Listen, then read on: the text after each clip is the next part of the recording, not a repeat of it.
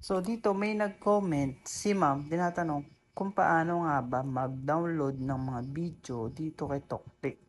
So dito, ang gagawin kong example is yung video ko. So ito, i-click ko lang siya. Ayan. So kahit saan naman any video naman yan dito sa TikTok eh. So kapag may nagustuhan ka ng video, i-click mo lang tong tatlong dots sa baba. Ayan, click mo yan. So tapos dito may makikita ka na copy link. So i-click mo lang yan. Tapos dapat meron ka ng any browser. So ang gamit ko pala is Brave browser. So click mo lang yan. Tapos dito i-search mo yung Snaptik. Ayan.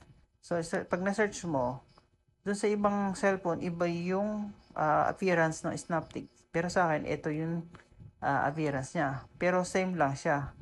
So dito sa search bar, i-click mo lang yan. I-copy paste mo lang yung link nung video na gusto mo i-download. So sa akin kasi may nakikita yung video na gusto ko i-download. Pero sa iba is download lang yung nakalagay sa ibang cellphone. So kapag nakita mo yung download, click mo lang yan. So makikita mo dito sa search bar na nada-download na siya.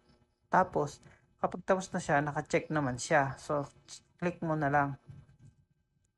So ayun lang. So I hope na nakatulong tong simple video na to. Maraming salamat.